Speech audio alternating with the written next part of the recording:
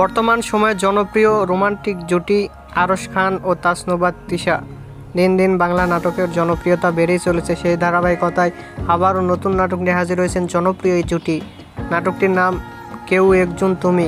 এই নাটকটিতে অভিনয় করেছেন বর্তমান সময়ের আলোচিত অভিনেতা আরশ খান ও আলোচিত অভিনেত্রী তাসনুভা তিশা। এই নাটকটির রচনা ও পরিচালনা করেন মোহাম্মদ মেহেদী হাসান জনি।